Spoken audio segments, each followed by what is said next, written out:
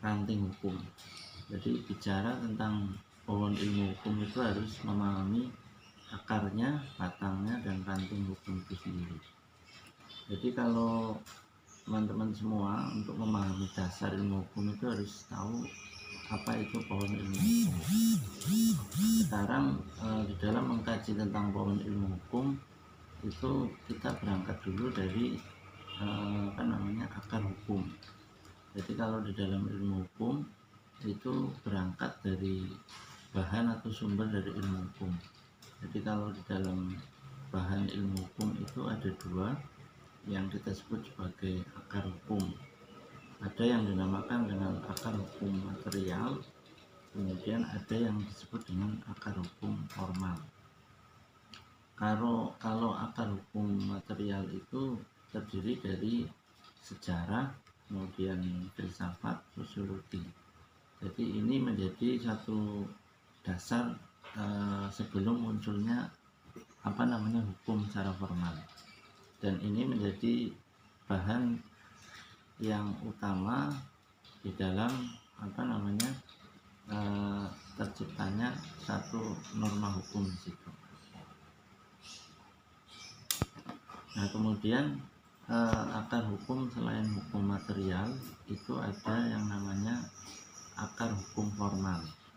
Jadi akar hukum formal ini mencakup undang-undang yang terjadi sebelumnya atau kebiasaan-kebiasaan yang ada dalam satu masyarakat atau kebiasaan-kebiasaan yang ada dalam satu adat.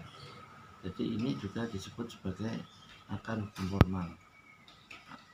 Bahannya ada yang formal, ada yang non formal. Jadi kalau kebiasaan dan adat itu kan non formal ya itu ya. Kemudian kalau hukum formal itu ya sudah dikodifikasikan dalam kitab undang-undang, baik itu undang-undang pidana maupun undang-undang perdata.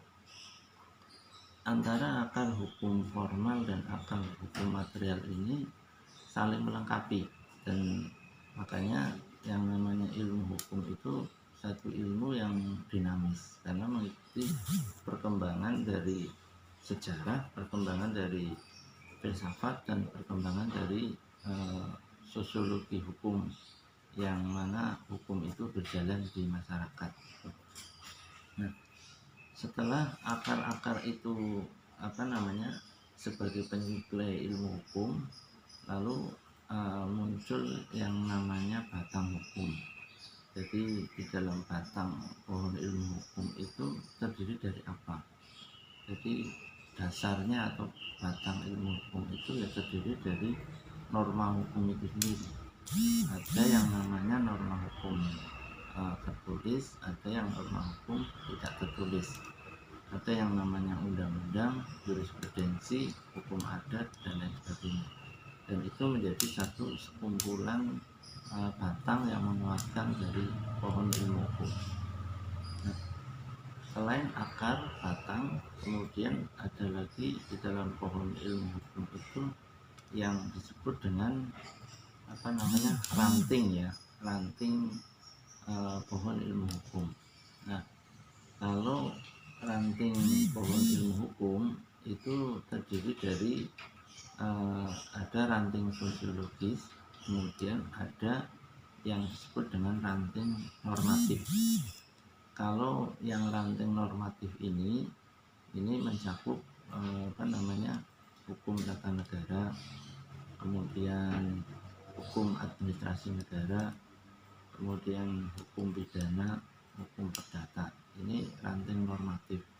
Jadi ranting hukum yang merupakan hasil dari formulasi hukum secara ketatanegaraan dan diakui sebagai satu kodifikasi hukum normatif.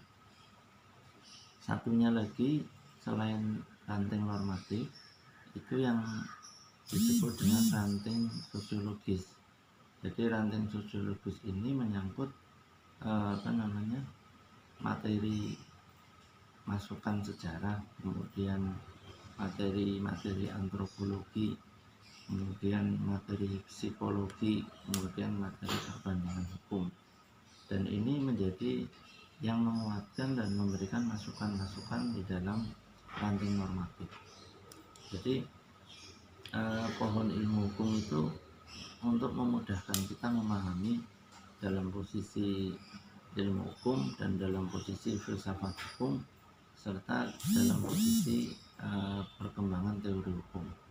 Artinya di dalam mengkaji pohon ilmu hukum itu kita ketahui bahwa pada dasarnya ilmu hukum itu ilmu yang dinamis dan berkembang, karena ilmu hukum itu tidak terlepas dengan masyarakat, seperti yang dikemukakan oleh Cicero, bahwa yang mengatakan bahwa di situ ada masyarakat maka di situ ada hukum.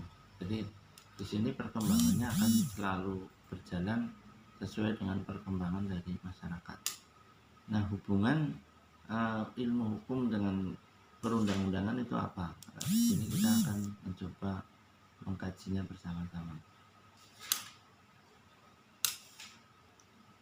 Jadi ilmu hukum itu termasuk dalam kelompok ilmu praktis yang mempunyai kedudukan untuk mengubah keadaan, karena hukum itu ada untuk memenuhi kebutuhan masyarakat.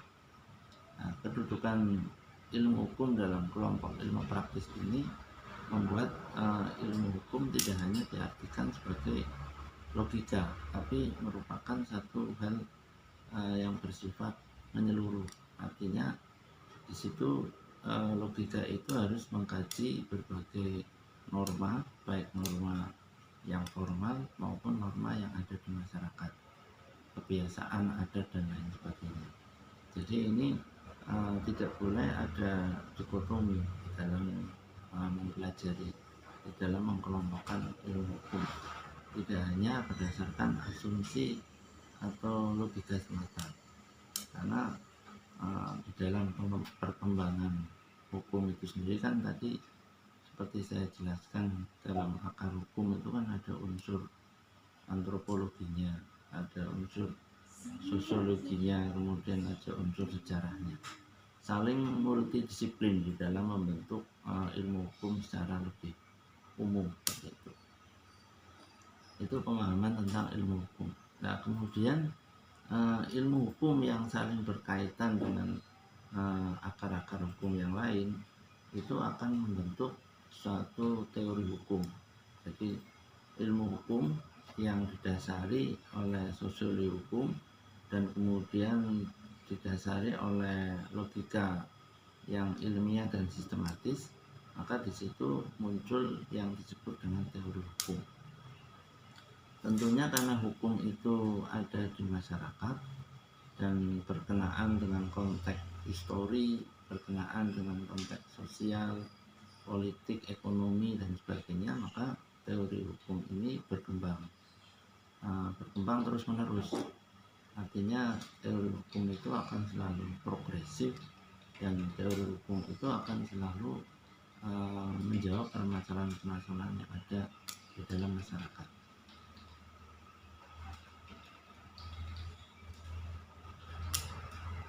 Jadi dari penjelasan apa yang disampaikan oleh Jujun Surya Sumantri, bahwa seorang ilmuwan itu harus mengenal asumsi yang digunakan di dalam menganalisis keilmuannya. Karena di sini untuk memahami satu persoalan itu harus melakukan pengkajian yang ilmiah. Jadi pengajian ilmiah itu sangat penting agar supaya sosiologi hukum itu dikerangkakan dan bisa dipertanggungjawabkan. Karena efek dari ilmu hukum itu kan nantinya menghasilkan satu teori hukum dan menghasilkan satu hukum formal yang pada ujungnya adalah untuk memberikan kemanfaatan, kemudian untuk memberikan kepastian hukum serta untuk memberikan keadilan. Jadi begitu besar kontribusinya bagi kehidupan masyarakat. Maka di sini perkembangan ilmu dan teori hukum itu tidak hanya interdisipliner sesama cabang-cabang hukum itu sendiri, tapi juga transdisipliner. Jadi hukum harus mencoba eh, melihat perkembangan di luar hukum itu sendiri untuk saling melengkapi dalam wacana pengembangan ilmu hukum secara konstruktif, secara lebih menyeluruh.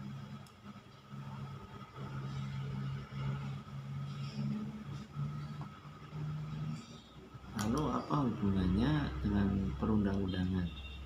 Nah, ini kalau sedikit mengulas pendapat dari Profesor Maria Farida, ilmu perundangan itu adalah ilmu pengetahuan tentang pembentukan peraturan negara, ilmu yang sifatnya interdisipliner.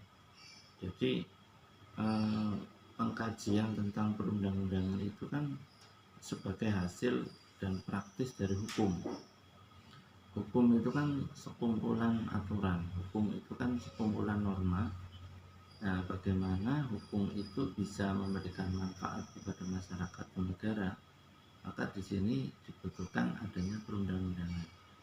Jadi perundang-undangan itu sebagai landasan operasional dan landasan untuk memudahkan dipraktekkan dan dilaksanakan. Maka di sini perlu adanya perundang-undangan. Karena di dalam perundangan itu sebagai satu hasil produk kekuasaan yang sah, yang artinya hukum itu bisa mengikat dan bisa wajib untuk dilaksanakan kepada negara.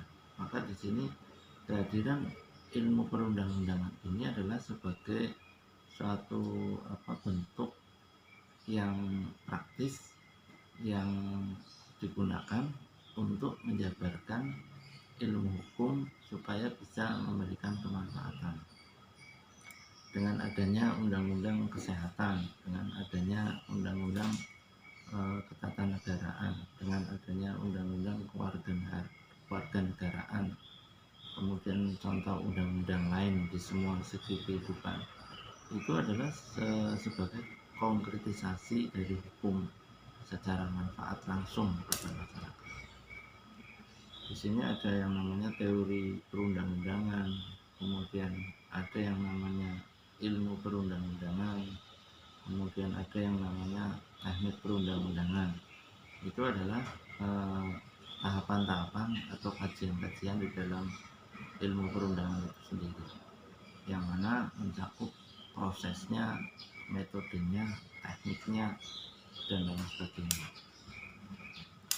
Jadi dapat dikatakan bahwa kedudukan teori perundang-undangan dalam teori hukum itu adalah bahwa persamaan antara teori hukum dengan teori undang-undang itu berpangkal pada metode interdisipliner, yang mana perbedaannya adalah dasar keilmuan yang diambil dari keduanya.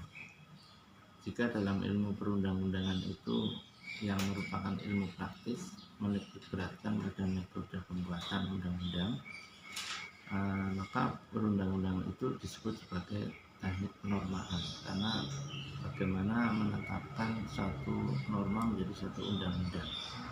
Nah, kemudian ilmu hukum sebagai dasar dari teori hukum itu menetapkan objeknya itu adalah norma itu sendiri, dan bagaimana norma itu bisa terbentuk. Jadi ilmu hukum di sini itu adalah yang mengacu tentang bahan atau objek hukum, yang mana untuk bisa dipahami itu menggunakan teori hukum, dan untuk bisa dijabarkan dan diformalkan maka dibutuhkan ilmu perundang-undangan untuk bisa memformulasikan hukum itu sebagai satu kebijakan, baik kebijakan daerah, baik kebijakan negara maupun kebijakan pemerintah. Jadi utamanya adalah hubungan perundang-undangan ini sebagai bentuk konkret dari ilmu dan teori hukum supaya mudah dipahami dan supaya mudah dilaksanakan. Karena di dalam masyarakat itu kan terdiri dari berbagai macam karakter, tidak hanya orang hukum itu sendiri, tapi orang yang belum memahami hukum itu harus melaksanakan mentaati undang-undang, karena yang namanya karakter undang-undang itu kan mengikat siapa saja dan semua saja warga negara, tidak membeda-bedakan latar belakang, status sosial dan lain sebagainya.